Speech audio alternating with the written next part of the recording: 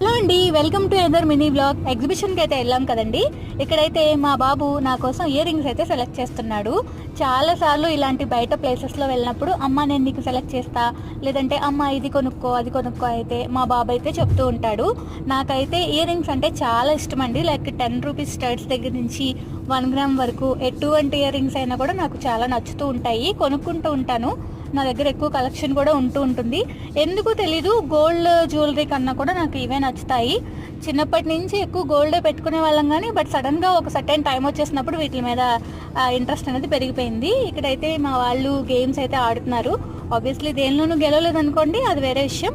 ఇక్కడైతే నారింజ మిఠాయి కనిపించింది. మీ ఊర్లో దొరుకుతుందా? మీరు చాలా ఊర్ల నుంచి డిఫరెంట్ ప్లేసెస్ నుంచి వీడియోస్ చూస్తూ ఉంటారు కదా. మీ ఊర్లో నారింజ మిఠాయి ఎంతకి దొరుకుతుంది, స్టిల్ ఇంకా దొరుకుతుందా, మీలో దానికి ఫ్యాన్స్ ఉన్నారా అనేది నాతో కామెంట్ సెక్షన్లో షేర్ చేసుకోండి. ఇంకా లోపలికైతే వచ్చాము. ఇక్కడ సమ్మర్ కార్నివాల్